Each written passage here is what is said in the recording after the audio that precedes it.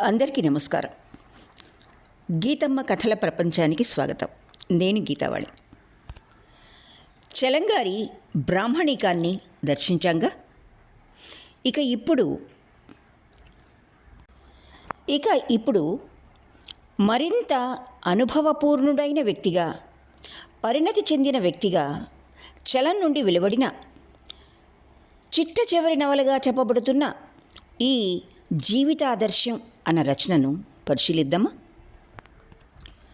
ముందుగా జీవితాదర్శం నవల గురించి కొన్ని మాటలు, కొంత సమాచారం. ఆర్ఎస్ సుదర్శనం గారి అభిప్రాయాలు అట్ట వెనుక ముద్రించబడ్డవి. చూద్దామా? జీవితాదర్శం చలంగారి చివరి నవల. 1938 తర్వాత 48 వరకు మరొక నవల వ్రాయలేదు. ఈ 10 ఏళ్ల కాలంలో చాలా పెద్ద ప్రయాణమే చేశారు. జీవితానికి కావలసింది ఏమిటి అన్న ప్రశ్నకు సమాధానానికి చేరినట్లు ఈ నవలలో తోస్తుంది. ఈ జీవితాదర్శం అన్న నవలలో ఈ నవల రచన నాటికి చలం చేసిన ఒక ప్రయాణం పూర్తి అయినట్లే. స్త్రీ పురుషుల స్వభావాల మధ్య, భిన్న అంతరాల మధ్య వైరుధ్యాలు తారసిల్లకుండా ఒక సమన్వయాన్ని ప్రతిపాదించే ప్రయత్నం ఈ నవలలో కనిపిస్తుంది. చలంగారు దర్శించిన పూర్ణ పురుషుడు దేశికాచారి. స్త్రీకి స్వేచ్ఛను, ప్రశాంతిని, అనుభవాన్ని ఇచ్చి తనను వరింపజేసుకుంటాడు. జీవితాదర్శం నవలలో కళా వైదగ్ధ్యం లేదు కానీ చలం ఏ వైరాగ్య దృక్పథాన్ని చేరుకున్నాడో తెలియజెప్పే రచన. ఆయనలోని స్వేచ్ఛా లాలస చివరికి శాంతిలో స్థితిని పొందాలని చూస్తుంది. ఆ శాంతి కోసమే ఆయన రమణాశ్రమం చేరారు. ఇక్కడికి 3వ దశ పూర్తి అయినది. ఆర్ఎస్ సుదర్శన. ఇప్పుడు కథలోకి. జీవితాదర్శం ప్రారంభం. సింహాసనాల మీద కూర్చుని చూస్తున్నారు బిలియర్డ్స్ ఆట వాళ్ళ ముగ్గురు.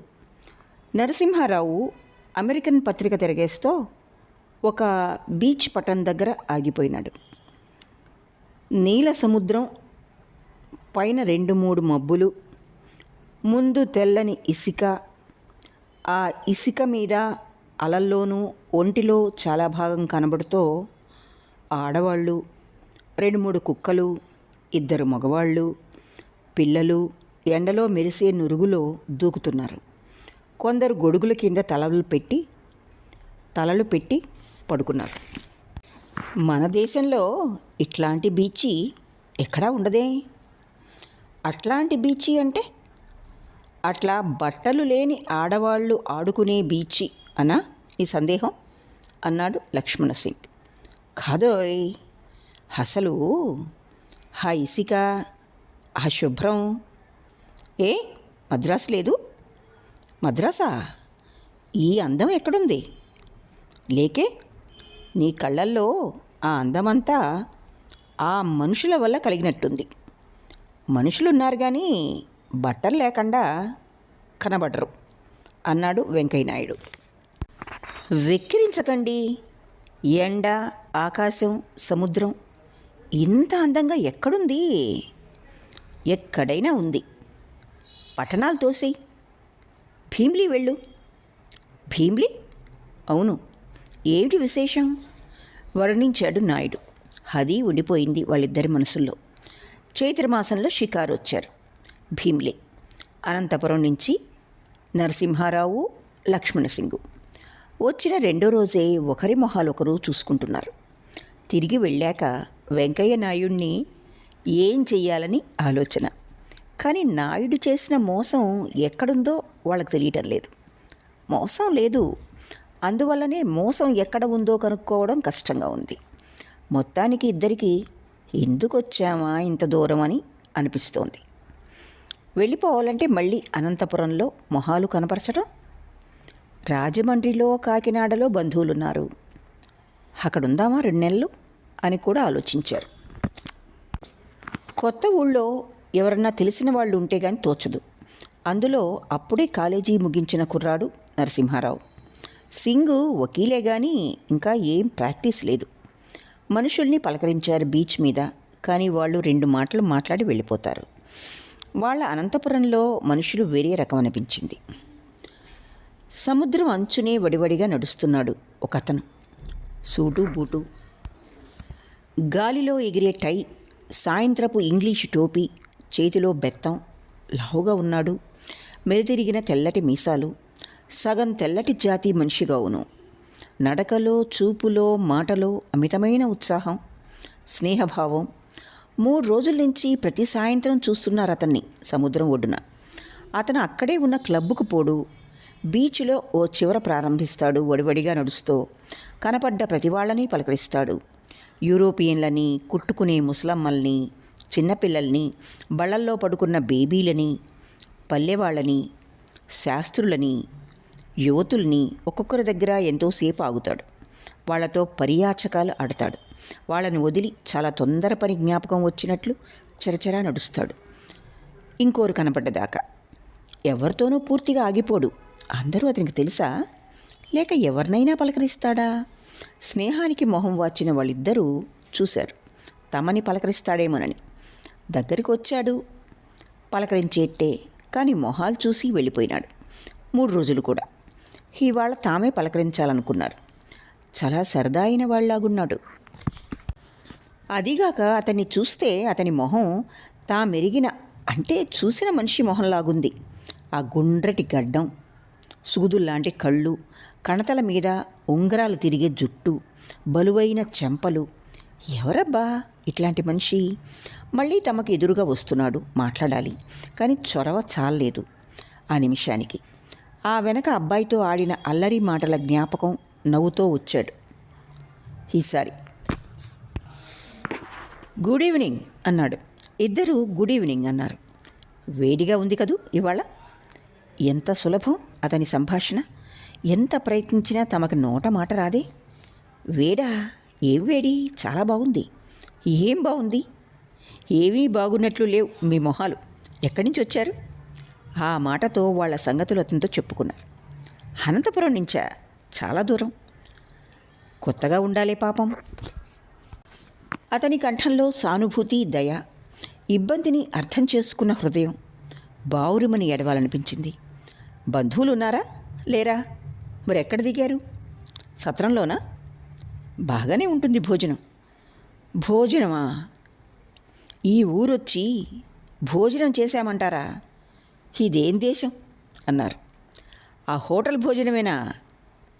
బతికున్నారు. విచిత్రమే. పోనీ బసలో ఆ కుర్రాడు మిమ్మల్ని సరిగ్గా చూస్తున్నాడా?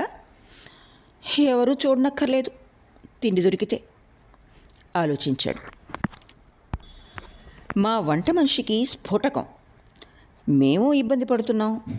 ఉండండి, ఆ మూల కాఫీ హోటల్కి వెళ్ళి భోజనం పెట్టమని అడగండి.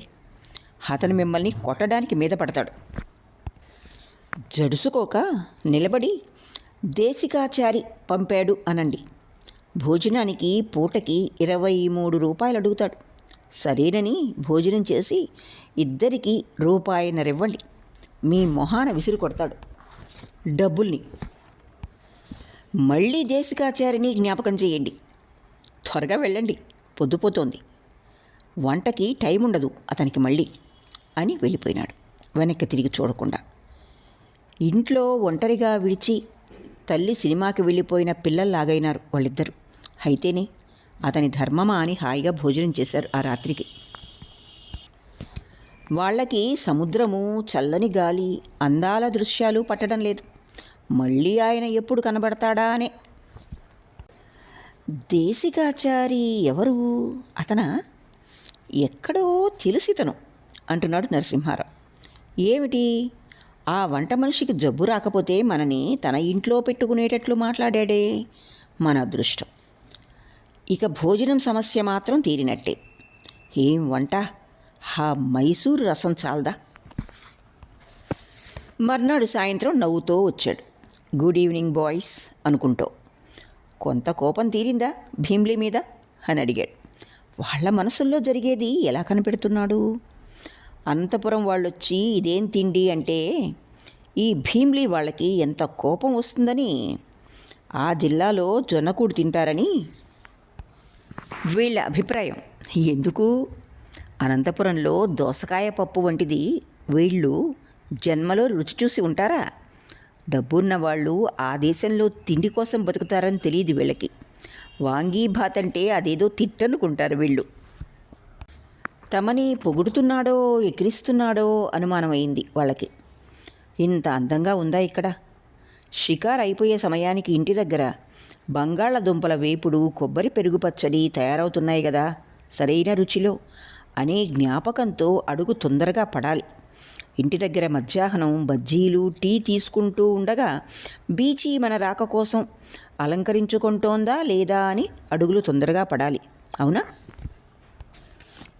ఎంత ఉత్సాహం, హాయి అయిన అనుభవం ఆ మాటల్లో. తెల్లబోయి చూస్తున్నారు. ఇంకా విప్పారలేదు మొహాలు. ఏమిటి బాధ? ఎందుకు వచ్చామా అనుకుంటున్నాం. ఏం తోచదు. అవును పాపం. సత్రం దగ్గర ఇక్కడ బాగానే ఉంది, కానీ ఏముంది చూడటానికి? కళ్ళు తెరవరాదు అంటే భీమ్లీ వచ్చి అలా అడిగితే నేనేం చెప్పను? బతికి ఉండగా ఇలాంటి అందం ఎక్కడ చూస్తారు మీరు? ఏదో చెడిపోయింది మీలో అని ఆలోచించి కొత్త. అవునా? ఏం తోచదు. అవును, నా భార్య ఒంట్లో బాగాలేదు, వెళ్ళాలి అని వాళ్ళని వదిలి నిమిషంలో వేగం హెచ్చించాడు. వెళ్ళిపోతున్నాడని పెద్ద దిగులు వాళ్ళకి. చప్పున లేచి అతను వెంటపడ్డారు. మేము నడుస్తాం, రండి. నిరాశపడి ఈ ఊరు విడిచి వెళ్ళిపోకండే, రేపటిదాకానన్నా ఉండండి అన్నాడు బీచ్ నుంచి రోడ్డు మీదకి ఎక్కుతూ. చీకట్లో రోడ్డు మీద ఆగి కేకేశాడు. ఎందుకో ఉండమంటున్నాననుకోకండి, ఆశ్చర్యపడుతో ఊహించకండి. ఏం లేదు, ఇంత దూరం వచ్చి అందులో భీమ్లీకి ఉత్త చేతులతో దరిద్రుల మళ్ళీ తిరిగి వెళ్తారా? భీమ్లీ వచ్చి అనుకుంటూ వెళ్ళిపోయినాడు. ఈ మాటలు అస్సలు అర్థం కాలేదు వాళ్ళకి. వాళ్ళ నుంచి వాళ్ళకి ఓ సంగతి దొరికింది. ఆ కొత్త అతను, అతని మనో విశాలత్వం, ఆతిథ్య దృష్టి, తనలోకి ఎవరినన్నా ఆకర్షించుకునే శక్తి. ఒకటే ఆశ్చర్యం వాళ్ళకి, ఈ దేశంలో ఇట్లాంటి వాళ్ళు ఉన్నారా అని. పేరు దేశికాచారి అని చెప్పాడు, కానీ అతను ఇంగ్లీష్ అతనిలాగూ మాట్లాడుతున్నాడు. హోటల్ అతన్ని దేశికాచారి ఎవరు అని అడిగితే దేశికాచారి ఎవరేమిటి అని వెళ్ళిపోయినాడు. ఇంకెవరిని వాళ్ళు అడగలేదు. అతన్ని ప్రత్యేకమైనట్టు దాచుకున్నారు మనసుల్లో. మర్నాడు మధ్యాహ్నం దేశికాచారి వాళ్ళ సత్రానికి వచ్చి కూర్చున్నాడు. వాళ్ళు తెలుగులో మాట్లాడినా అతను మాత్రం ఇంగ్లీష్లోనే మాట్లాడతాడు. వాళ్ళు తెచ్చుకున్న పుస్తకాలు చూశాడు. ఏమిటి, ఇంకా ఎడ్గార్ వాల్లాఫ్ చదువుతున్నారా? పీటర్ చేనీ చదవండి, 4-5 పుస్తకాల వరకు భరించవచ్చు. కథలు బాగుంటాయి, కానీ ఇప్పుడు సైన్సు, ట్రావెల్, హిస్టరీ కూడా కథల కన్నా ఆకర్షణగా రాస్తున్నారు. చూసారా? 2వ ప్రపంచ యుద్ధం రియాక్షన్స్ ఇంగ్లీష్ వారి వాంగ్మయం మీద ఎట్లా వచ్చాయంటారు? ఇంగ్లండ్లో కన్నా అమెరికాలో స్పష్టంగా కనబడుతున్నాయి అన్నాడు. నోళ్ళు వేళ్లాడేసుకు చూశారు. వాళ్ళ దగ్గర తెలుగు పత్రికలు చూశాడు. చలం కన్నా శరత్తు ఎందుకు ఎక్కువ ఆదరణ పొందుతున్నాడో తెలుసా మీకు అన్నాడు ఇంగ్లీష్లోనే. ఇట్లా మాట్లాడుకుంటూ బీచ్కి వెళ్ళారు. కొంచెంసేపు మాట్లాడకుండా నీళ్ళ పక్కన నడిచి నవ్వాడు. ఏమిటని చూశారు వాళ్ళు. మీ మొహాలు అని తన లోపల నవ్వుకుంటున్నాడు. నీళ్లు పోసిన మొక్కల మళ్ళీ అయినాయి, పాపం చాలా ఒంటరైపోయినారు అని వాళ్ళ భుజాల మీద తట్టాడు. మనుషులకు స్నేహం చాలా అవసరం, కానీ నా బోటి వాడికి మనుషులనే వాళ్ళు లేకుండా బతకడం నేర్చుకోవాల్సిన అవసరం పడుతుంది. ఇదేమిటి, ఇంత మానవ ప్రియుడికి అట్లాంటి కథ ఏమిటి? అట్లాంటప్పుడు వినండి. భీమ్లీ చాలా అందమని విని వచ్చారు కదా, ప్రత్యేకం ఏ అందం చూశారు? సముద్రం ఇంకా అవన్నీ మామూలు మాటలు, ఇట్లా రండి అని అక్కడ కొండరాళ్ల మీదకు తీసుకెళ్ళి నిలవ నీళ్ళలో భక్తితో భద్రంగా నాచుని చూపాడు. చూడండి, ఈ రంగు, మెరుపు, మెత్తదనం ఎండతో ఎన్నిన్ని విధాల మారుతుంది. పొద్దున్నే రండి, రేపు పొద్దున్నకి నీరింకా దూరంగా వెళ్తుంది. ఇట్లాంటి రాళ్లల్లో చిన్న చిన్న చెరువులున్నాయే, వాటిల్లో ఓ దాని ముందు కూర్చుని విసుగెత్తినా సరే చూస్తూ కూర్చోండి. నేను చెప్పానని. ఎండ, రాళ్ల కింద నీడల్లో ఉండిపోయిన చిన్న చేపలు ఈ నాచులోంచి ఈదుతో ఎన్ని విచిత్రాలు, అందాలు చూడగలరో. ఈ గుంటల్లోనే ఆలోచించగల ప్రాణులుంటే నిన్న అలలతో ఘోష ఎత్తిన సముద్రం అల వెంబడి అల ముంచేస్తో పొంగుతో కిందకు పొర్లి పొంగిపడి పోయే నీళ్ళన్నీ ఏమయ్యా అనుకుంటాయి? దూరంగా ఎక్కడో వినిపించి వినపడకుండా హోరుపెట్టే సముద్రాన్నే మర్చిపోయి ఈ గుంటే జీవితమని తమలోని జీవాత్మలే స్వయం నిర్ణయంగా బ్రతుకుతాయి. అవతల పెద్ద సముద్రం ఉందని, ఈ గుంటకి అదే అర్థమని అంటే నవ్వుతాయి. మళ్ళీ సముద్రం పొంగి వచ్చి ముంచేసిందాక ఆ సముద్రమే రాకపోతే మురుగుతుంది. చివరికి ఎండి అర్థం లేకుండా పోతుంది. ఈ భీమిలికి ఒక విధంగా కాదు, అనేకమైన అందాలు పట్టాయి. కొండలు, నది, అడవి, సముద్రంలో వరుసగా ఈ రాళ్ళు. నేను చెప్పేమి లాభం? చూడండి, బుద్ధిమంతుల్లాగున్నారు అంటూ బయలుదేరి వెళ్ళిపోయినాడు. బీచ్నంతా వరుసగా పలకరించడానికి 4 గజాలు వెళ్ళాడో లేదో, తెల్లవాళ్ల అమ్మాయి అబ్బాయి ఒకరి మీద ఒకరు చేతులు వేసుకుని సముద్రం వంక చూస్తున్నారు. కాసేపటికి చూస్తే వాళ్ళిద్దరి మధ్య కూర్చునున్నాడు. ఇద్దరూ చెరోవైపు అతని మీద చేతులు వేసుకొని పకాపకా నవ్వుతున్నారు అతనితో కలిసి. ఆ రోజు నుంచి వాళ్ళకి భీమ్లీ మీద కొత్త ఉత్సాహం వచ్చింది.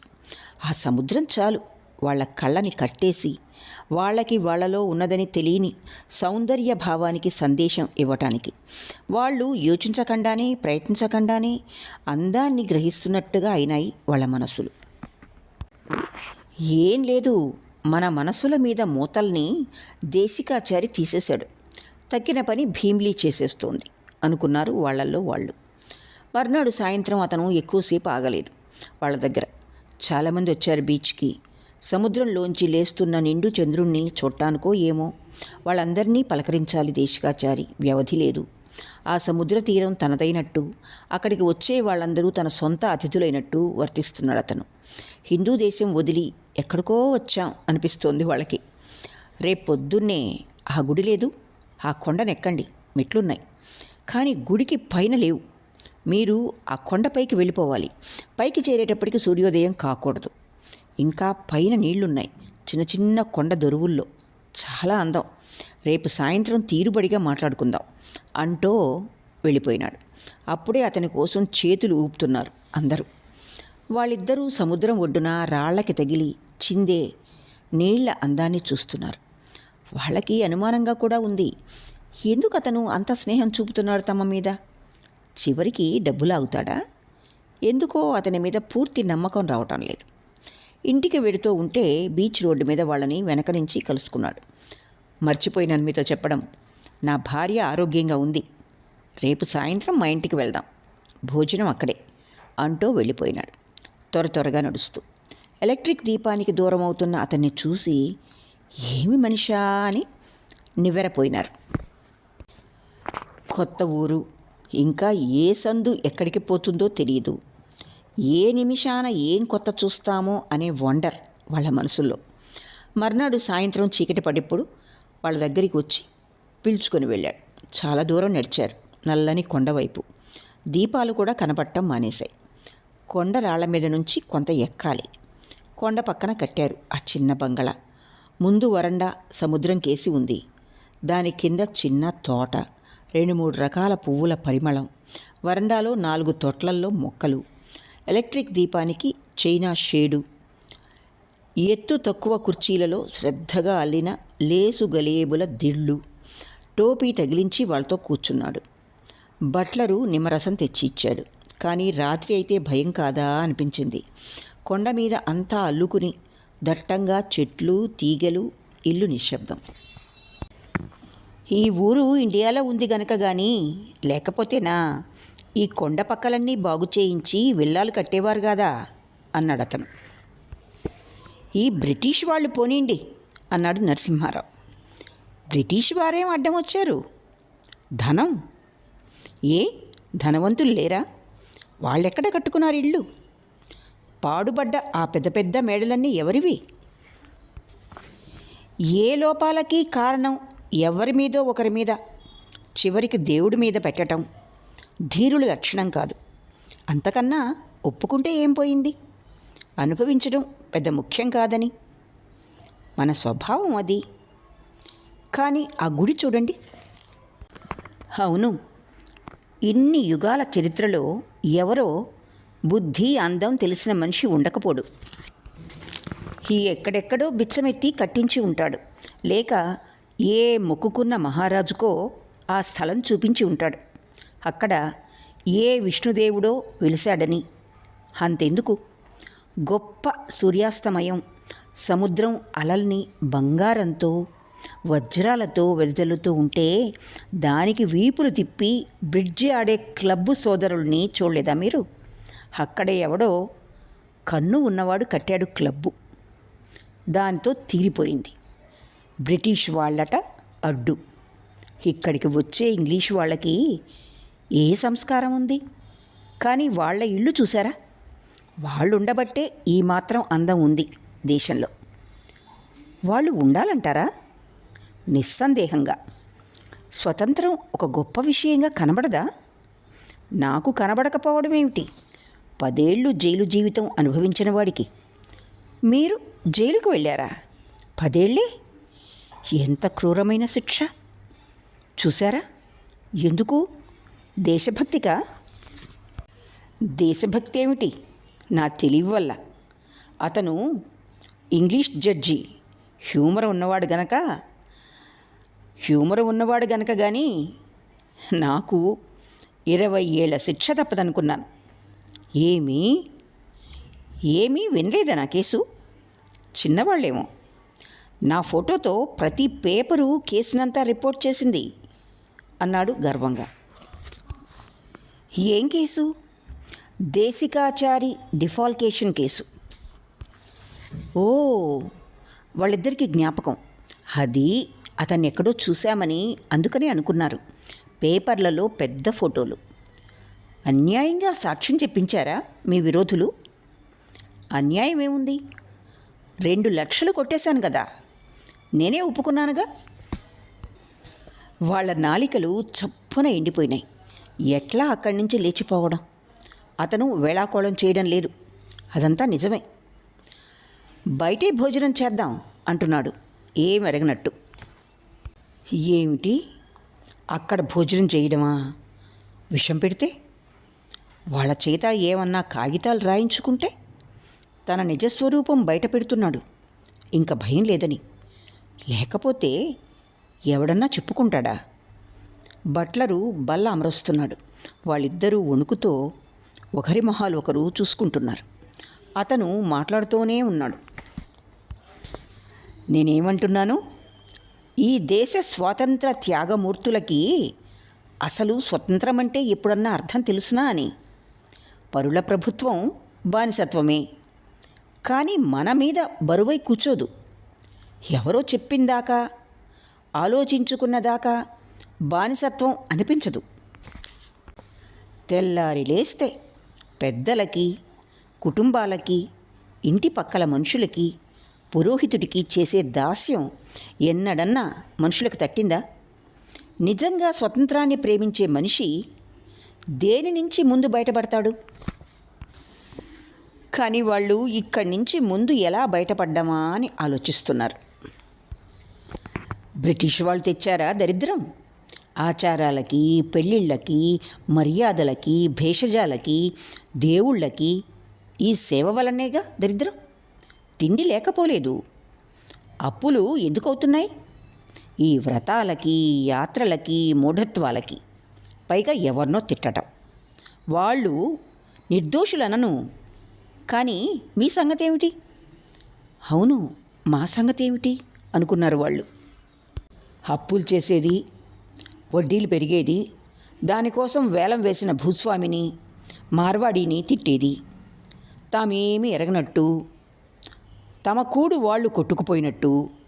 ఇదంతా చూసే నాకు అనిపించింది, ఇలాంటి మనుషుల డబ్బు ఎగేస్తే ఏం పాపం లేదని. వాళ్ళకి చేత కాదు అనుభవించడం. హాయిగా 4 ఏళ్ళు మహావైభవం అనుభవించాను. ఎంతమందికో నిజమైన ఆర్తులకి దానం చేశాను అన్నాడు గర్వంగా. భోజనానికి కూర్చున్నారు. శాకాహారమే, కానీ చాలా అందంగా వండారు, అమర్చారు, వడ్డించారు. అతను ముందు నోట్లో పెట్టుకుంటేనే గాని వాళ్ళు తినటం లేదు.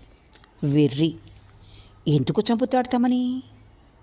ఇంట్లోంచి అతని భార్య గావును అన్నీ సర్ది పంపిస్తోంది. ఇతని నాగరికత చూసి ఆ ముసలామె కూడా తమతో కూర్చుంటుంది అనుకున్నాడు కానీ ఆమెది పూర్వాచారంగావును. భోజనం ఎలా చేశారో ఏం తిన్నారో వాళ్ళకు గుర్తులేదు. వెంటనే బయలుదేరతామన్నారు.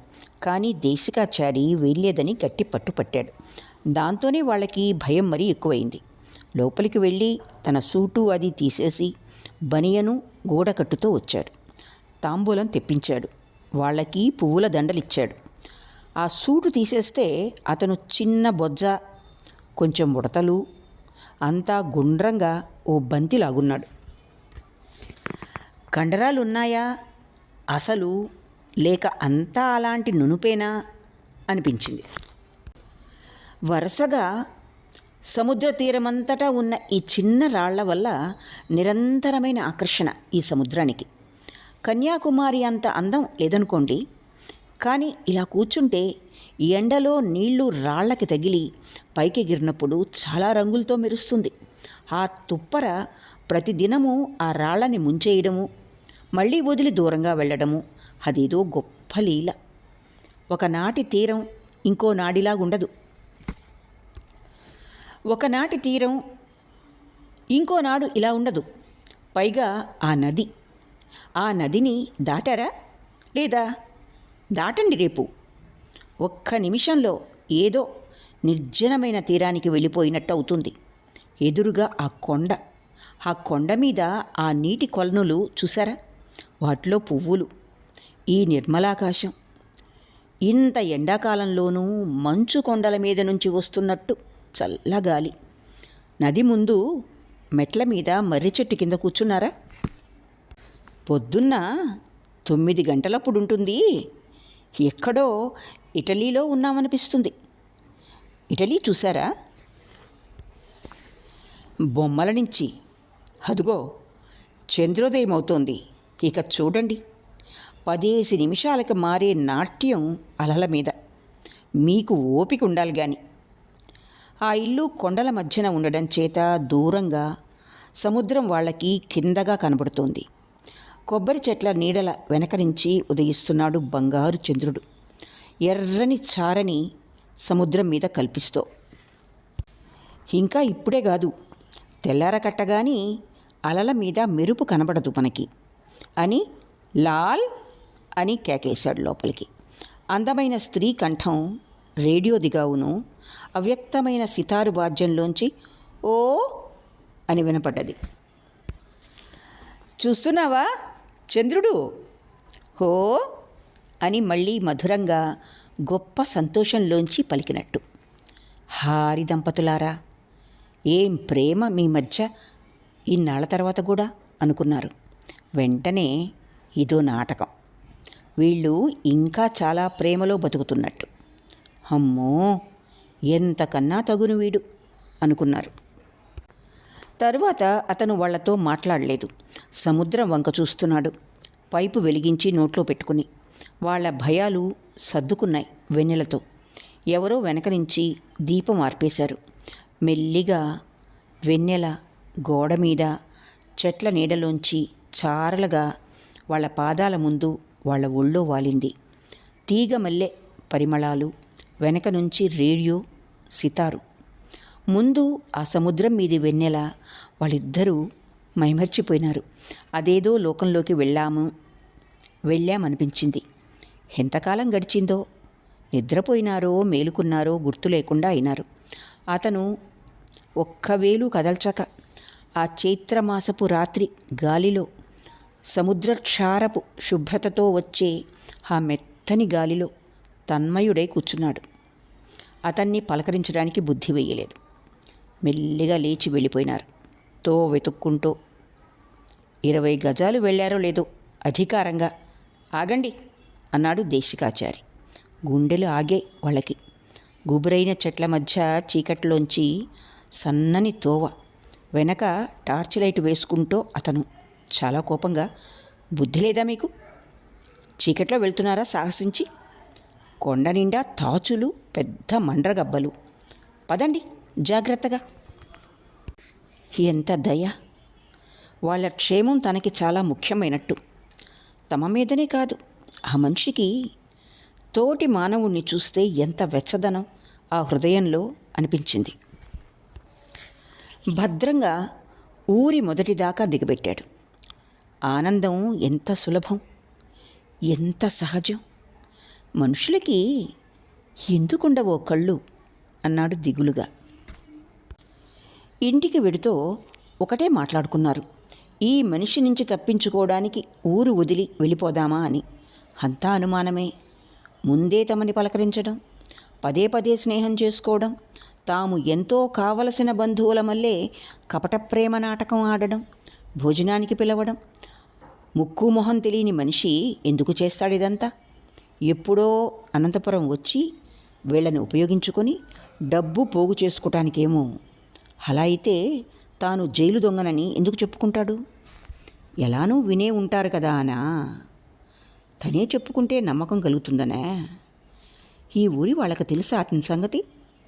కానీ బీచ్ మీద కొత్త వాళ్ళకి. మర్నాడు జాగ్రత్తగా అడిగి చూశారు. దేశికాచారి దొంగ చరిత్ర సంగతి కొంతమందికి బాగా తెలుసు. కొంతమంది ఏదో విన్నారు. కొంతమందికి ఏమీ తెలియదు. కానీ అంతమందికి కూడా చాలా ప్రేమ, గౌరవం అతన్ని చూస్తే. ఎవ్వరికి ఏ అన్యాయం చెయ్యడు సరే కదా. ఎక్కడెక్కడ తాను ఏ చిన్న ఉపకారం చేయడానికి వీలున్నా అక్కడ హాజరవుతాడు. చందాలు, మనిషి సహాయం పోగు చేస్తాడు. ఎవ్వరి జోలి, ఎవ్వరి సంగతి, ఊరి వ్యవహారాలు, అపవాదులతో అతనికి ఏం పనిలేదు. అతనిలో ఇంత మార్పు ఎలా వచ్చిందా అని ఆశ్చర్యపడ్డారు. గడిచిన రాత్రి భయాలకి సిగ్గుపడ్డారు. అతను తను చేసిన పాపాలకి పరిహారం చేసుకుంటున్నాడు కాబోలు. తెలుగు వాళ్ళంతే. వాళ్ళకి మనిషి నచ్చితే సరి. ఆ మనిషి ఎటువంటి వాడు, ఏం ఘోరకృత్యాలు చేశాడు అనేది వాళ్ళకంతగా పట్టదు. ఎవరన్నా ఎత్తినా భలేవాడు అని నవ్వేస్తారు.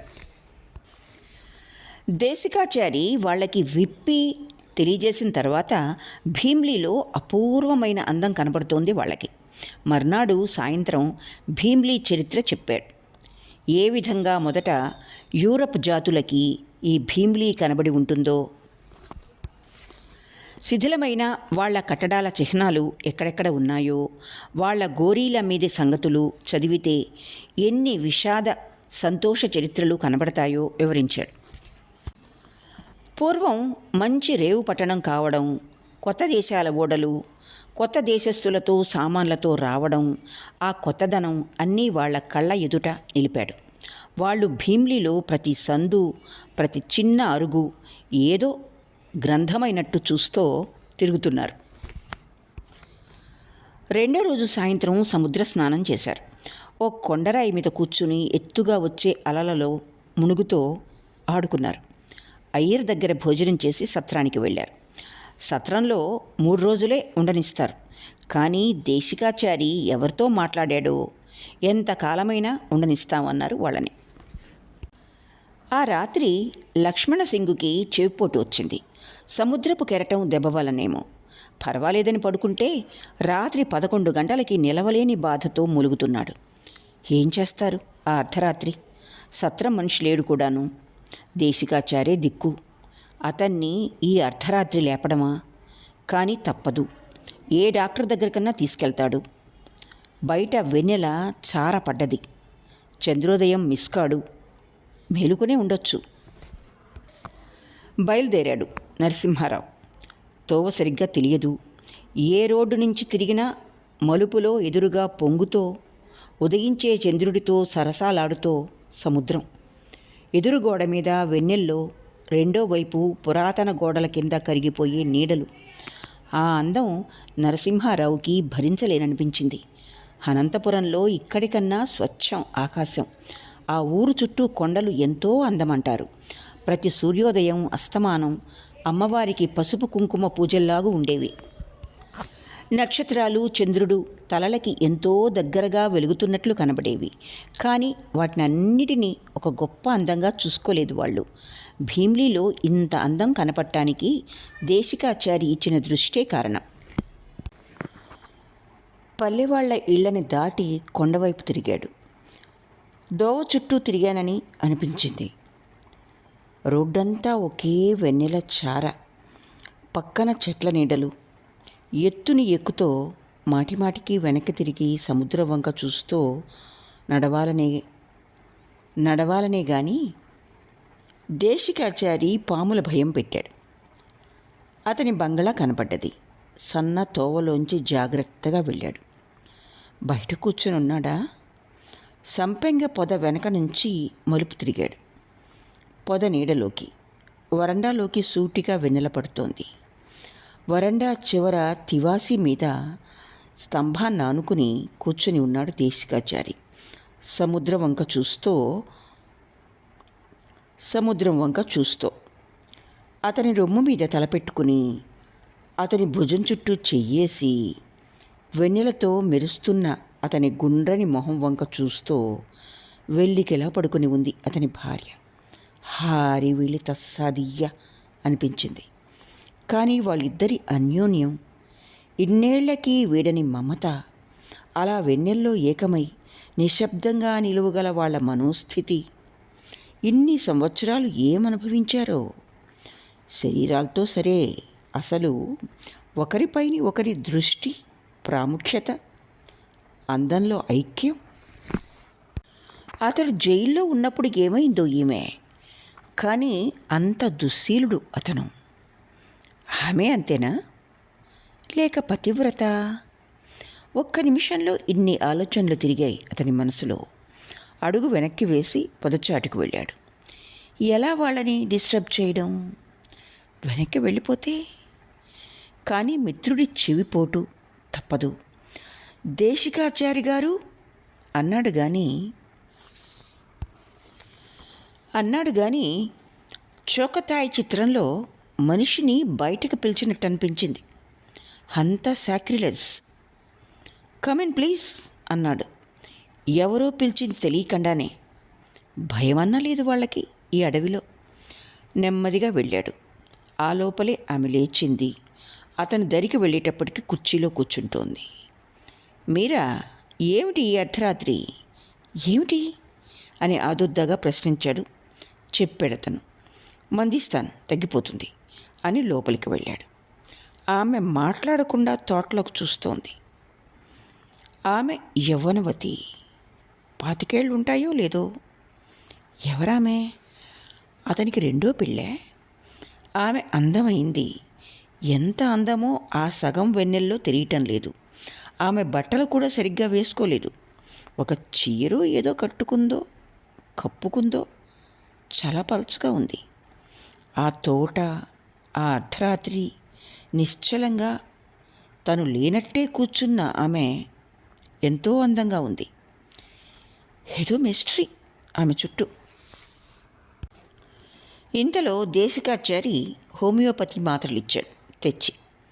పాపం, పరదేశం, మీకెవరూ తెలీదు అంటూ వీపు మీద చేయేసి కొంచెం దూరం పంపించాడు. కూర్చుని సముద్రం చూడమందును గాని మీ మిత్రుడు బాధపడుతూ ఉంటాడు, వెళ్ళండి. నాతో చెప్పకుండా ఎందుకు స్నానం చేశారు? సముద్రంలో స్నానం ఎట్లా చెయ్యాలో నేను చెప్పనా అన్నాడు. ఆమెని పరిచయం చెయ్యడే అనుకున్నాడు. ఆమెతో ఒక్క మాటన్నా మాట్లాడితే తనకేదో గొప్ప వరం అనిపించింది అతనికి. ఇట్లా అనుకుంటూ వెన్నెల్లో ఒక్కడు కొండ దిగి సత్రం వైపు వెళ్ళిపోయినాడు. సాయంత్రం పడమటి కొండల వెనక నుంచి భూతాల మల్లె బయలుదేరాయి. నల్లని బరువు మబ్బులు. 6ంటికే సముద్రమంతా చీకటైపోయింది. పైగా అలల వెనక నుంచి పెద్ద గాలి నీటిని రేపి ముందుకు తోస్తోంది. ఊరికి మైలున్నర దూరంలో సముద్రం పడమటి వైపుకి వంపు తిరిగిన చోట ఎత్తైన ఇసుక దిబ్బ మీద కూర్చున్నారు మిత్రులిద్దరు.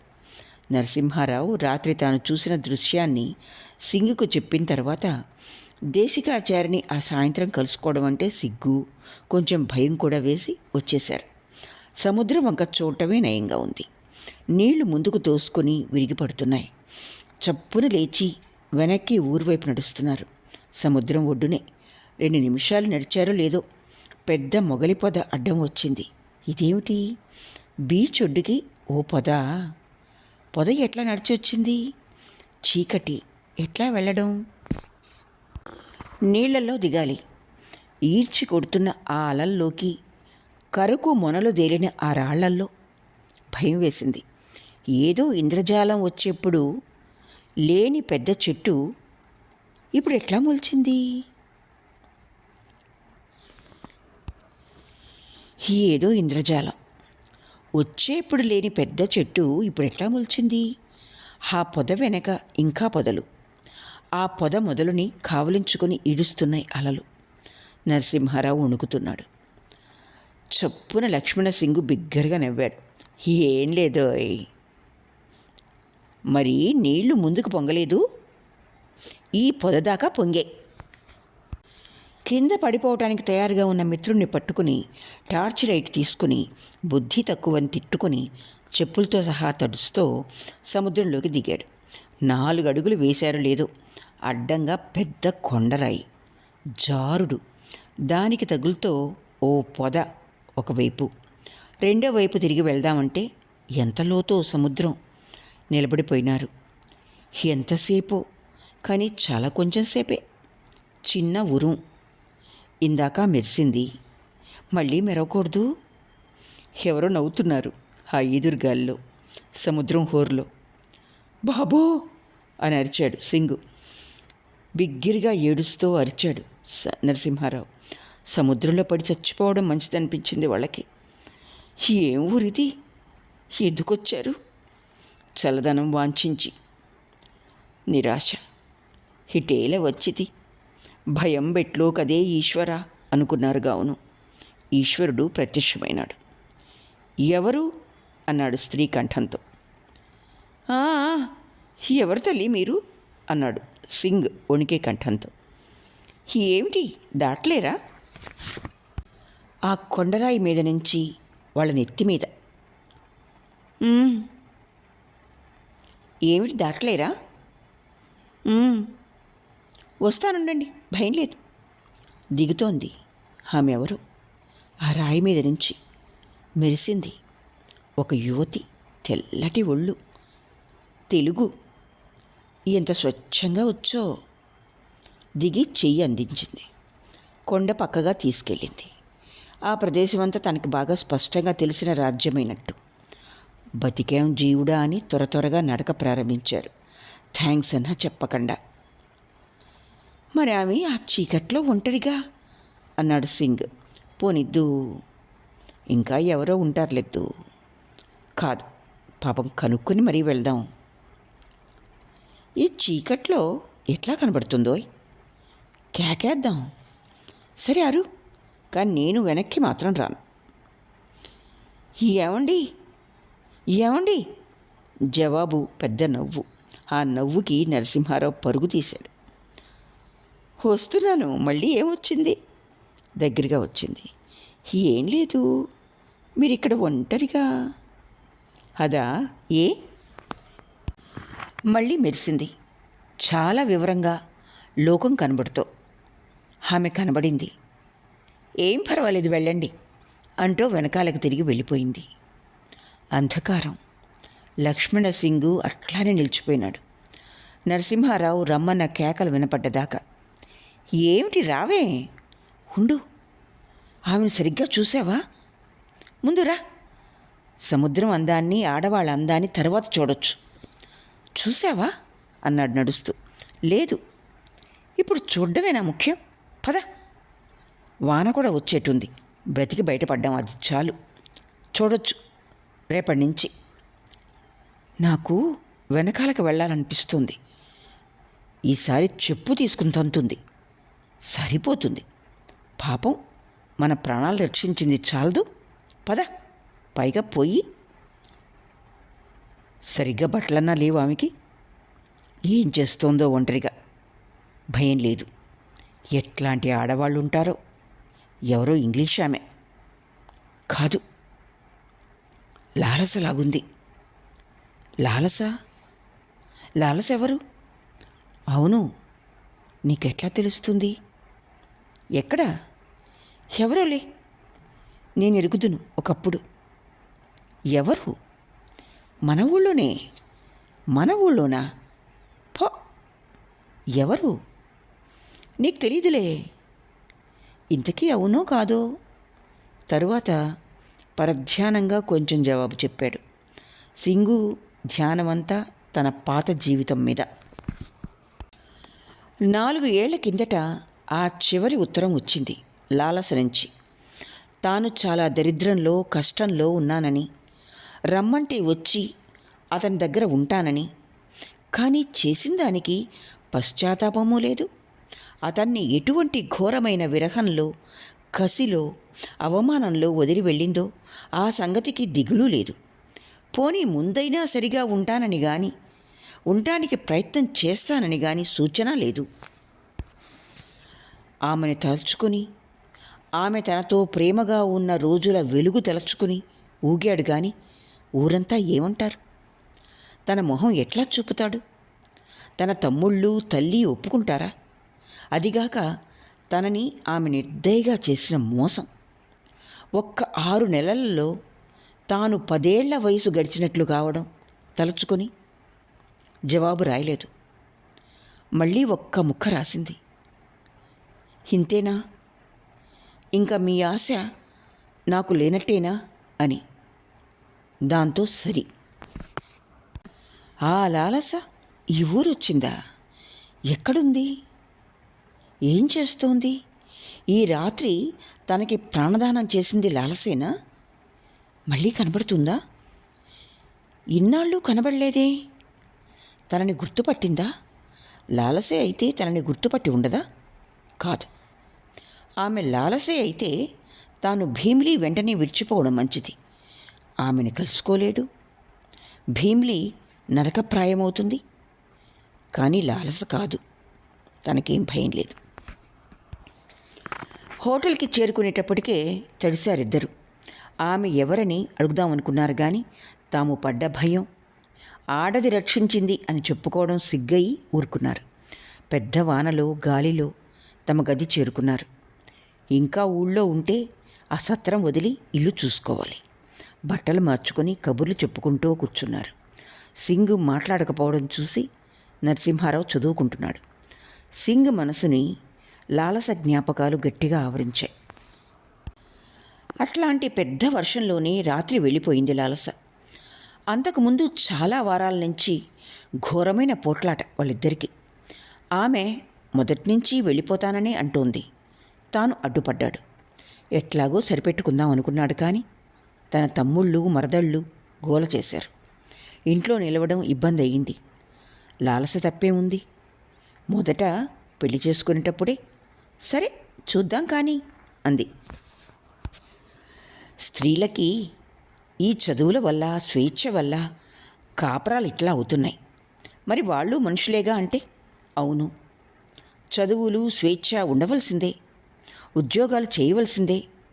కానీ ఆ స్త్రీలు వేరు. వాళ్ళు పెళ్ళిళ్ళు చేసుకోకూడదు. పెళ్ళి అనగానే కొంతవరకన్నా బంధాలు, బాధ్యతలు అంగీకరించాలి. కాకపోతే ఇంకా పెళ్ళి అనే దానికి అర్థమేముంది? ఆ మాల్వంకర్ వల్ల వచ్చింది ఈ గ్రహచారం. ఆ మాల్వంకర్ వల్ల వచ్చింది ఈ గ్రహచారం. అతను రాకుండా ఉంటే ఏమో ఇంకోడు వచ్చేవాడు. వచ్చినా లాలస అట్లా ఊగిపోయేది కాదు. అతనే కారణం. మనిషి మళ్ళీ ఏం బాగుండడు. అంతా రబ్బరు ఒళ్ళు. వెన్నముద్ద. మరి అదేం ఆకర్షణో? అతని ఒళ్ళ, అతని స్వభావమా, కాక అతనిలోని కళ? ఈ ఆర్టిస్టుల్ని కాపరాల్లోకి రానియడమే బుద్ధి తక్కువ. వాళ్ళు అందరి మళ్ళే పెళ్ళిళ్ళు చేసుకోరు, పెళ్ళాలున్నా లేనట్టే తిరుగుతారు, తోకచుక్కల మళ్ళీ వచ్చి పడతారు ఊళ్ళ మీద. ఆ కళలేవో వాళ్ళ ఊళ్ళల్లోనే సాధించుకోకూడదు? ఆర్టిస్టు కాగానే ప్రచారం ప్రారంభిస్తాడు. అదేదో ఆ కళ చూపి డబ్బు పోగు చేసుకుని పోరు, ఇళ్లల్లో చేరతారు. వాళ్ళు మెట్టిన ప్రదేశమంతా ఎడారి చేసి మరీ పోతారు. వీళ్ళని అరికట్టడానికి ఏ చట్టాలు చేయలేదు ప్రభుత్వం. ఆ మాల్వంకర్ ఏ వాయిద్యాన్నన్నా అద్భుతంగా మోయిస్తాడు. ఏవేవో తూర్పు ప్రదేశాల మనుషుల అందాలు చాలా ఆకర్షణీయంగా మాట్లాడతాడు, వైద్యం చేస్తాడు. ఈ లోకానికి చెందని అందాల కళలు కల్పిస్తాడు. మరి అతని పక్కలో ఏమేమో అనుభవించగలమన్న ఆశల్ని రేపుతాడు గావును ఆడవాళ్ళ హృదయాల్లో. ఆడవాళ్ళేమిటి, తానేమైపోయినాడు? అతను ఉంటే లోకమే ఒక పెద్ద నవ్వుగా అందంగా కనపడ్డది. మామూలుతనం సులభంగా తీసేశాడు జీవితం మీద నుంచి. మామూలుతనం సులభంగా తీసేశాడు జీవితం మీద నుంచి. తన తమ్ముళ్ళు త్వరలోనే మేలుకొని వాణ్ణి నరుకుదామన్నారు. లాలస మీది గౌరవం వల్ల, ప్రేమ వల్ల తను అడ్డుపడకపోతే ఏం ఘోరాలు జరిగేవో. మాల్వంకర్ రాకముందు 2 సంవత్సరాలు ఎంత అందంగా గడిచాయి. లాలస తన భార్య అయి తనతో ఉండడం ఎంత గొప్ప గర్వం. తనకి వాంఛించవలసింది ఏమీ కనపడలేదు. కోర్టులో తన మాటే, నడకే గొప్ప బలంగా, ఉత్సాహంగా, తేజోవంతంగా ఉండేది.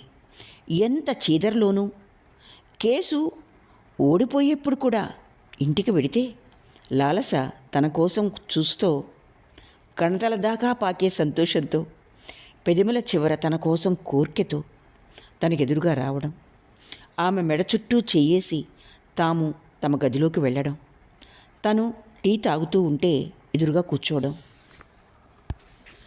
సాయంత్రపు టెండలో ఆమెని తన తొడ మీద కూర్చోబెట్టుకోవడం. కానీ తను నిజంగా తృప్తిగా సంతోషంగా ఉన్నాడా? మొదట్నుంచి తనకు లోపల భయమే, అనుమానమే. ఇంటికి వచ్చిన 4 రోజుల్లోనే తన తమ్ముళ్ళు తమ భార్యల్ని వదిలి వదినా అంటూ ఆమె కొంగు వెంట తిరిగారు. తమ ఇద్దరికీ ఒంటరిగా ఉండడానికే సమయం చిక్కేది కాదు. ఆ ఆకర్షణకి తనకి గర్వమే, కానీ భయం. అందరినీ ఆకర్షిస్తే తనకేం లాభం? ఇబ్బందే. కానీ ఆకర్షణ, గ్రేస్, లావణ్యం ఇవన్నీ కావాలి కదా. అవే కదా తనని 3 ఏళ్ళు ఆమె చుట్టూ తిప్పింది. ఆ కాలంలో కాలేజీ కుర్రవాళ్లల్లో తననే ఏరుకోవాలని, తీరా తన భార్య అయిన తర్వాత ఈ గొడవ. కానీ అదంతా తాను ఉదారంగానే తీసుకున్నాడు. ఆమె నవ్వులు తన మీదనే ప్రసరించాలనడం ఎంత సంకుచితం. తక్కిన మగవాళ్లతో మాట్లాడకూడదా? మొహం మార్చుకోవాలా? లాలస తన మరుదులతో గంతులెయ్యడం, వేళాకోళాలు, ప్రాక్టికల్ జోక్స్ అన్నీ తనకి కోపం తెచ్చేవి. కానీ ఏమంటాడు? మొద్దు మళ్ళీ ఆమె ఓ మూల కూర్చోవాలనా? ఆమె తనది అంటే రాత్రులు ఒంటినంతా తనకి ఇయ్యడం. ఆ మాత్రమే అయితే తానేదో ఆమె వల్ల మోసంలో పడ్డాననిపించేది. కానీ ఎక్కడ ఉందో మోసం? ఆమెది ఏం తప్పో తెలిసేది కాదు. తనకి ఆనాడు లేదు, ఈనాడు లేదు అనుమానం. లాలస హద్దు తప్పి ఎవరితోనన్నా ఉన్నదంటే హద్దు తప్పిన రోజున స్పష్టంగానే తప్పింది. కానీ అంతవరకు తన బాధ ఎంత అన్యాయమని తనని తాను నిందించుకున్నా లాభం లేకపోయింది. ఆ తమ్ముడికి ఇంకేం పనిలేదా? తన భార్య వెంటపడ్డం తప్ప. అదంతా లాలస తనదని, తన స్వంతమనే భావం వల్ల వచ్చిన కష్టం. మరి తన భార్య తన సొంతం కాదా? అయితే ఆ నవ్వులని, ఆటల్ని, పాటల్ని అందరికీ ఇచ్చి తనకి రాత్రులు ఆ కాసేపు ఒళ్ళించుకుంటే? మరి ఒళ్ళల్లో అట్టే తేడాలుండవు. ఆ నవ్వులు, చమత్కారాలు, ఆ చక్కని కళ్ళు మెరవడం, మెడని అందంగా వెనక్కి చాచి కులకడం, మృదువుగా పువ్వుల మల్లే మాటలు, ఇవేగా భేదం. అవి అందరికీనా? తాను ఆ కథల్లో, పర్యాచకాలలో కలవలేకపోయేవాడు. తాను భర్త, తన స్వంతం, అందరితో కలిసి ఆమెను పంచుకోలేడు. రాత్రులు ఒంటరిగా ఆమె తన భుజాన్ని ఆనుకొని నిశ్శబ్దంగా కిటికీలోంచి చెరువు మీద వెన్నెల వంక చూసేప్పుడు కూడా అతనికి సంతృష్టి ఉండేది కాదు. మామూలు భార్య అయితే ఏమిటి అలరి అని ఓసారి గద్దిస్తే చాలు.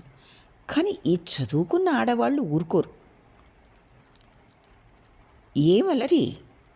అల్లరి అంటే ఏమిటి? అల్లరి చేస్తేనే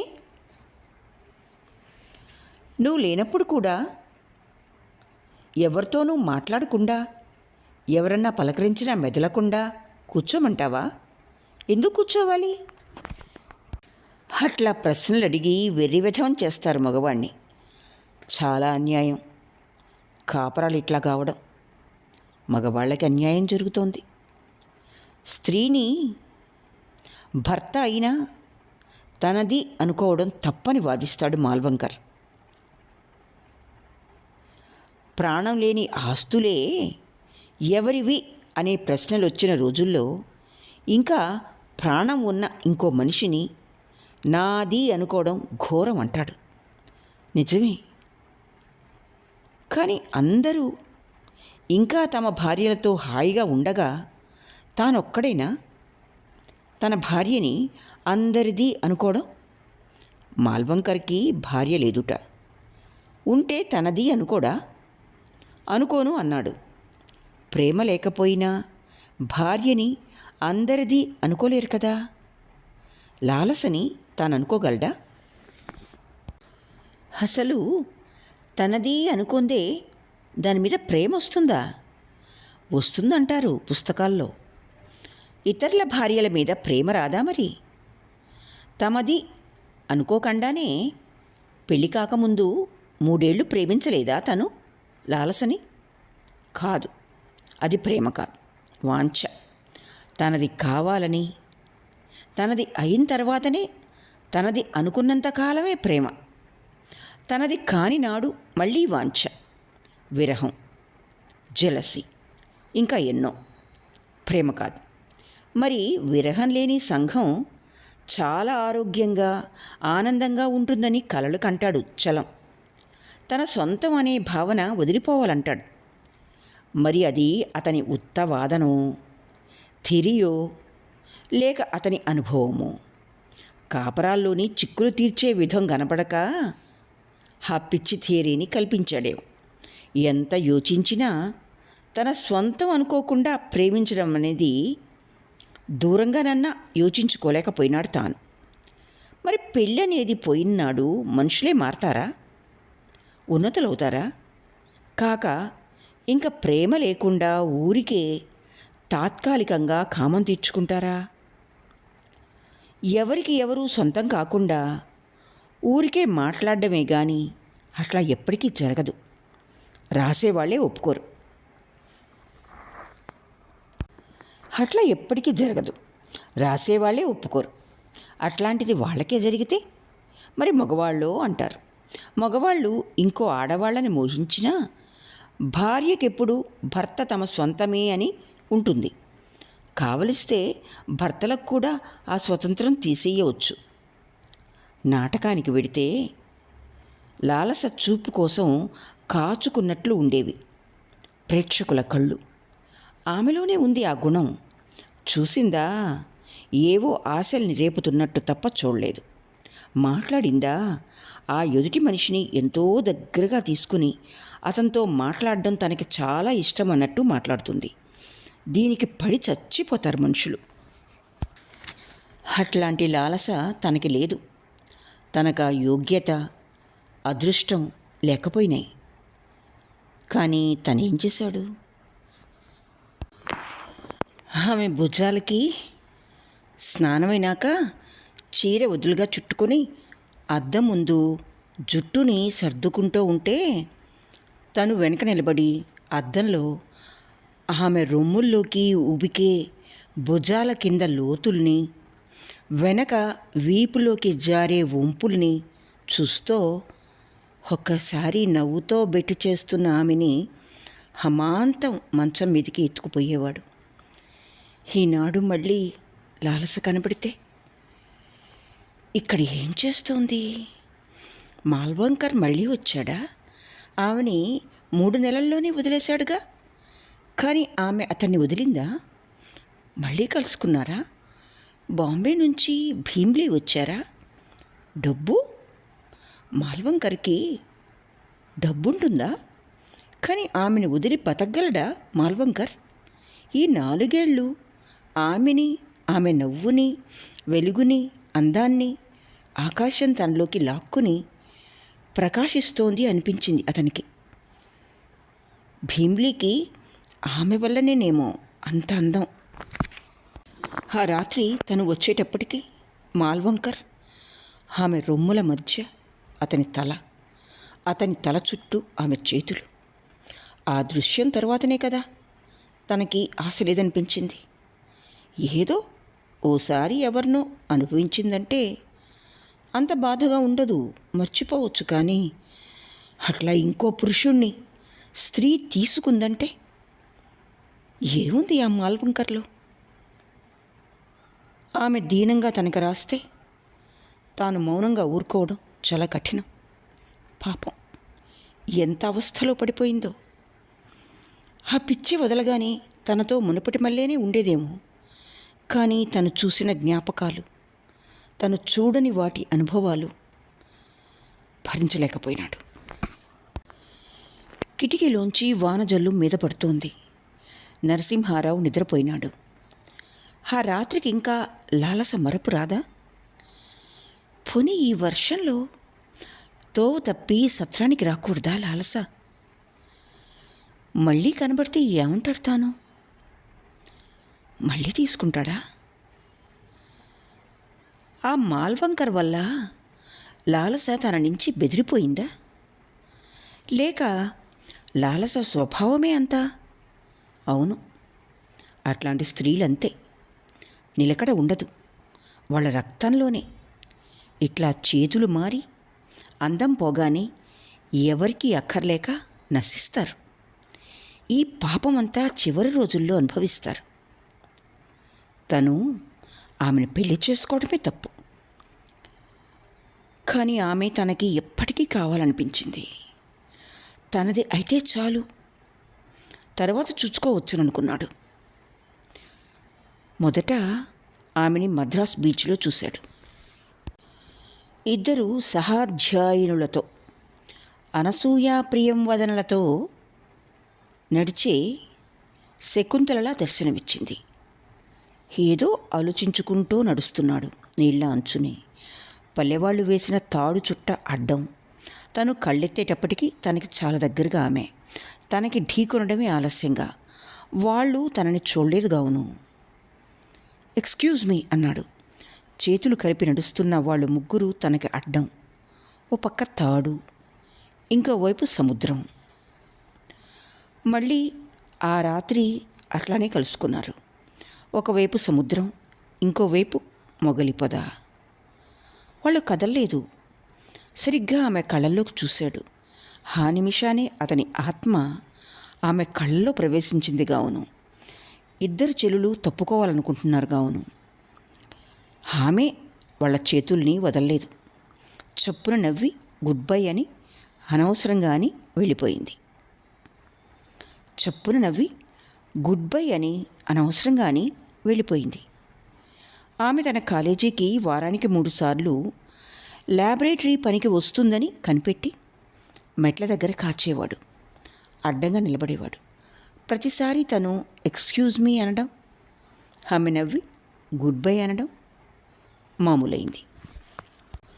తరువాత పార్క్ ఫేర్లో ఆకాశం వైపు తిరిగే చక్రంలో దీపాల కింద ఎగురుతూ ఉండగా చూశాడు ఆమెని, సఖులతో సహా. వాళ్ళు తనని చూడనట్టుంది, కానీ వాళ్లకు దూరంగా వాళ్ళ వెంటనే తిరుగుతున్నాడు.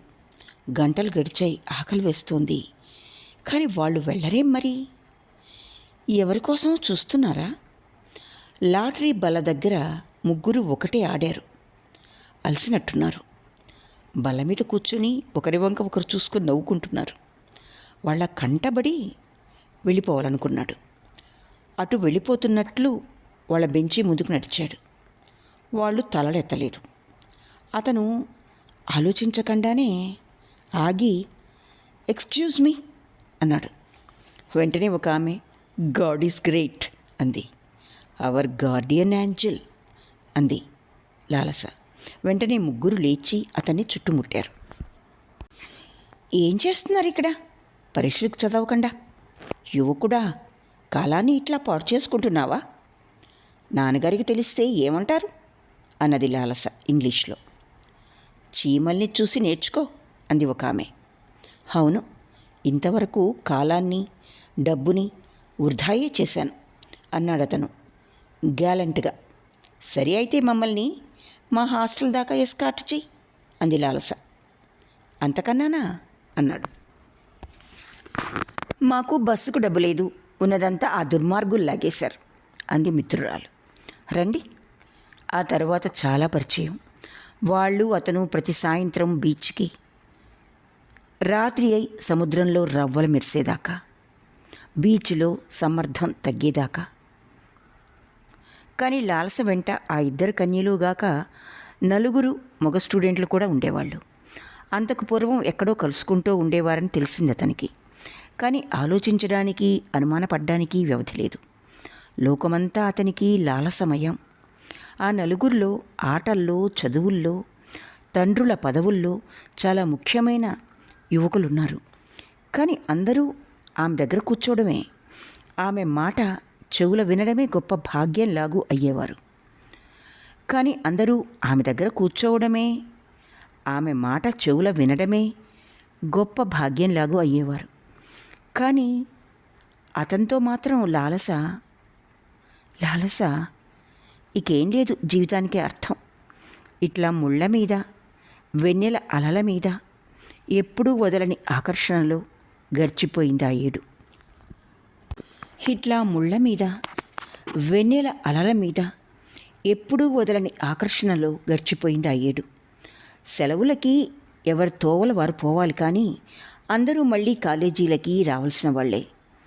సెలవుల్లో ఆమెకి తను రాసిన ఉత్తరాల్లో తెలియజేశాడు తన ప్రేమని తెలియజేయాలి గనక తెలియజేశాడు. అంతేగాని ఏం కావాలి తనకి? పెళ్ళా, ప్రేమ, ఇవేమీ అతను ఆలోచించనే లేదు. మళ్ళీ కలుసుకున్నప్పుడు ఓ కొత్త అర్థంతోనే కలుసుకున్నట్టున్నారు. ఒక రహస్యం వాళ్ళ మధ్య ఉన్నట్టే ఉంది. మాటల్లో రాకపోయినా రావటానికి ఎన్నడూ ఒంటరిగా కలుసుకోనే లేదు, వీలే లేదు. ఆమె వీలు చెయ్యనే లేదు. కానీ అతను మాట్లాడేటప్పుడు శ్రద్ధగా అతని మాటల్నే వినడం, మాట్లాడినప్పుడు కళ్ళ పక్కల నుంచి అతని వంకనే చూడటం ఇద్దరికీ సంబంధం. లాలస మీద కొన్ని ఇంగ్లీష్ పద్యాలు కూడా రాసుకుని దాచుకున్నాడతను. 3 నెలల తర్వాత మెడికల్ కాలేజీ నుంచి యాడమ్స్ చేరాడు వాళ్ళ సమూహంలో. యాడమ్స్ చాలా ఆరితేరిన మనిషి. వాళ్ళ కాలేజీలో నర్సులు, చదువుతున్న ఆడ డాక్టర్లు తనకి చాలా సులభసాధ్యమైన ప్రియురాళ్లలాగూ మాట్లాడేవాడు. కొంతవరకన్నా అది నిజమేనని వాడిక కూడా. యాడమ్స్ ప్రత్యేకంగా లాలసని తన ప్రియురాల్ని చేసుకుని తక్కిన ఇద్దరిని అతనికి, తక్కిన మొగమిత్రులకి వదిలేశాడు. ఇంకొన్ని నెలల్లో తక్కిన విద్యార్థులు చెయ్యనిది, చేయడానికి వీల్లేనిది లాలసని చెయ్యి పట్టుకు లేవదీసి బీచ్ వెంబడి దూరంగా మాట్లాడుతూ తీసుకుపోయేవాడు. కొన్నాళ్ళయిన తర్వాత సగం చీకట్లో కూడా యాడమ్స్ని చూస్తే అతనికి మొదటి నుంచి అయిష్టం, అనుమానం. ఇక పట్టలేక ఓసారి లాలసతో అన్నాడు కూడా. ఎందుకు అంది. నేనేం చెప్పగలను, నాకట్లా అనిపిస్తుంది అన్నాడు. ఆలోచిస్తోంది ఆమె. ఏమన్నా విన్నావా అడిగింది. లేదు.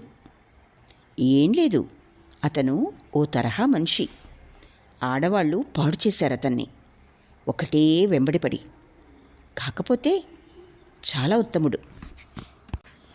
ఏమైతేనే లాలస చాలా ఉత్సాహంగా ఉంటోంది. ఓ సాయంత్రం యాడమ్సు లాలస దూరంగా వెళ్ళినప్పుడు చెలికత్తెల్లో ఒకరు, ఆ యాడమ్స్ని చూస్తే ఒళ్ళు మంట. వాణ్ణి చూస్తే లాలసకి చాలా ఇష్టం. ఉత్తరాలు కూడా రాస్తున్నట్టున్నాడు, చెబితే వినదు అంది, ఆ మాటలు అనడం ఆపుకోలేక. తర్వాత ఓ 4 రోజులకు గావును కాలేజీలో కనపడ్డప్పుడు లాలస అతన్ని మర్నాడు తన హాస్టల్కి ఓసారి రమ్మంది. ఏమిటా అని ఆలోచించాడు ఆ రాత్రంతా. లాలస 10 రోజుల నుంచి చాలా దిగులుగా ఉంటోంది. పరధ్యానం కూడా. యాడమ్స్ రావడం లేదు.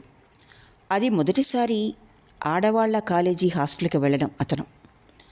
విజిటింగ్ గదిలో కూర్చుని కబురు పంపాడు. ఆమె దిగులుగా వచ్చి కూర్చుంది. నాకు పనిచేసి పెట్టాలి నువ్వు. తప్పకుండా, దిగులైన చిరునవ్వుతో. మరి ప్రశ్నలు అడగకూడదు. చాలా యోధుళ్లాಗೂ ఒప్పుకుంటున్నావు. నీకు అయిష్టం కావచ్చు ఆ పని. కొంచెం తటపటాయించాడు. ఆమె వంక చూశాడు. మార్నింగ్ గ్లోరీ తీగల్లోంచి పడుతోంది ఎండ. ఆమె నడుం దగ్గర నుంచి పాదాల వరకు జారిన చీర కుచ్చెళ్ల అందం కోసం ఏం చెయ్యడు అతను. పర్వాలేదు, నువ్వు మెడికల్ కాలేజీకి వెళ్ళి యాడమ్స్ని కలుసుకోవాలి. అతను ఏమైనాడో, ఎందుకు రాడో అడిగి చెప్పు. నువ్వు పంపించావనేనా? అతని హృదయం భగ్గుమంది. యాడమ్స్ని చూడకుండా ఉండలేదా ఈమె? అతన్ని కలుసుకోకుండా ఉండలేనంత ప్రశ్నలు. పోనీలే, ఫోన్ చేస్తాను. ఆ మాత్రం తెలియదనుకోకు నాకు. పోనీ ఉత్తరం రాయి. అవన్నీ చేయడానికి నిన్ను పిలవాలా ఇంత దూరం? విసిగిస్తున్నాడు తను ఆమెని. సరే, థ్యాంక్స్. లేచాడు. కానీ ఆ యాడమ్స్ తెలుసుగా, నాకు చెప్పావు ఇది వరకు. కానీ మళ్ళీ ప్రశ్నల్లో ఉపన్యాసాలు కూడా ఇమిడున్నాయి. చాలా శనిలైనాడు. సరే కానీ మరి ఇంకా వెళ్ళిపోయినాడు సరాసరి యాడమ్స్ దగ్గరికి. హలో, ఏమిటి రాక? అతన్ని కలుసుకోవడం ఏమీ ఇష్టంగా లేదు యాడమ్స్కి. రావటం లేదే? పంపించిందా? రావటం లేదే? బుద్ధిగలవాణి గనక. మీరింకా కుర్రాళ్ళు. ఆడపిల్లల నవ్వుల్లో కాలం గడపడం మీకు సరదా. టేస్ట్ భేదాలు. ఇదివరకంతా ఏమిటి? ఏదో లేదు, నన్ను విసిగించుకు, ఫూల్ లాగు. తనతో అంత చనువు లేదు యాడమ్స్కు. తనుగా వచ్చినందుకు అంత చవకైనాడు తాను. నేవు కావడం కన్నా ఫూల్ కావడం నయం. మీరు వెడితే బాగుంటుందేమో. ఇంక రారా? నేను మీకు జవాబు చెప్పవలసిన పనేమిటి? వస్తే వస్తాను. వచ్చేసి చెప్పాడు. ఆ మాటలు చెప్పడం అతనికి కొంత విజయవంతంగా ఉంది. ఆమె కోసం సిగ్గుగానూ ఉంది. ఆ మాటలకి ఆమె కన్నీళ్లు ఆపుకుంటోందనిపించింది. ఏమైతేనే అతను అక్కడ ఉన్న దృష్టే పోయింది ఆమెకి. లేచి వెళ్ళిపోయినాడు. ఆ సాయంత్రం ఆమె కానీ సఖులు కానీ బీచ్కి రాలేదు. వారం రోజుల తర్వాత కాలేజీలో చిత్రమైన వాదులు రేగాయి లాలసను గురించి. ఆమె రాత్రులు టైంకి హాస్టల్కి రావటం లేదు. సినిమాలకు వెళ్తోంది. కావాల్సిందే ఆ సూపరింటెండెంట్కి. చాలా గర్వం ఆమెకి. ఎదిరించే పిల్ల ఒక్కతే ఈనాటికి తటస్థించింది. మెడికల్ కాలేజీ దగ్గర కనబడుతోంది లాలస. ఆనాడింకా విద్యార్థులకి అధికారులను ఎదిరించడం అంటే చాలా భయమైన సంగతి. ఈనాటి మళ్ళీ ఎదిరించిన వాళ్ళు యోధులు కాలేదు. అందుకని ఆమెను చాలామంది కంటకించుకుంటున్నారు. దిగులు పడ్డారు, భయపడ్డారు. ఆమెను చూడటానికి ప్రయత్నించారు కానీ లాలస దర్శనం కాలేదు. ఆమె కాలేజీకి కూడా రావటం లేదు. వారం రోజుల తర్వాత లాలసని హాస్టల్ నుంచి పంపించేశారని తెలిసింది. ఆ మర్నాటి నుంచి ఆమె వచ్చింది. మరి బస ఎక్కడ పెట్టిందో.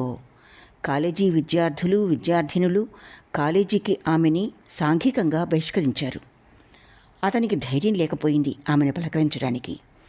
ఆమెని హాస్టల్ నుంచి పంపేయడానికి అనేక కారణాలు చెప్పుకుంటున్నారు. సూపరింటెండెంట్ని చెంప మీద కొట్టిందని, లాలసే లేచిపోయిందని, యాడమ్స్తో కాపురం పెట్టిందని, ఇట్లాంటివి. తనని ఆప్తుడి కింద తీసుకోలేదని అతనికి కోపంగా ఉంది. ఆమె చెలికత్తెల్ని అడిగాడు. కానీ వాళ్ళకి ఏమీ తెలియనట్టుంది. మొదటి రోజున ఆశతో లాలస తన వంక చూసిందేమో అని అనుకున్నాడు కానీ ఆమెని తానే పలకరిస్తే పక్కనున్న మిత్రులు బతకనీరు.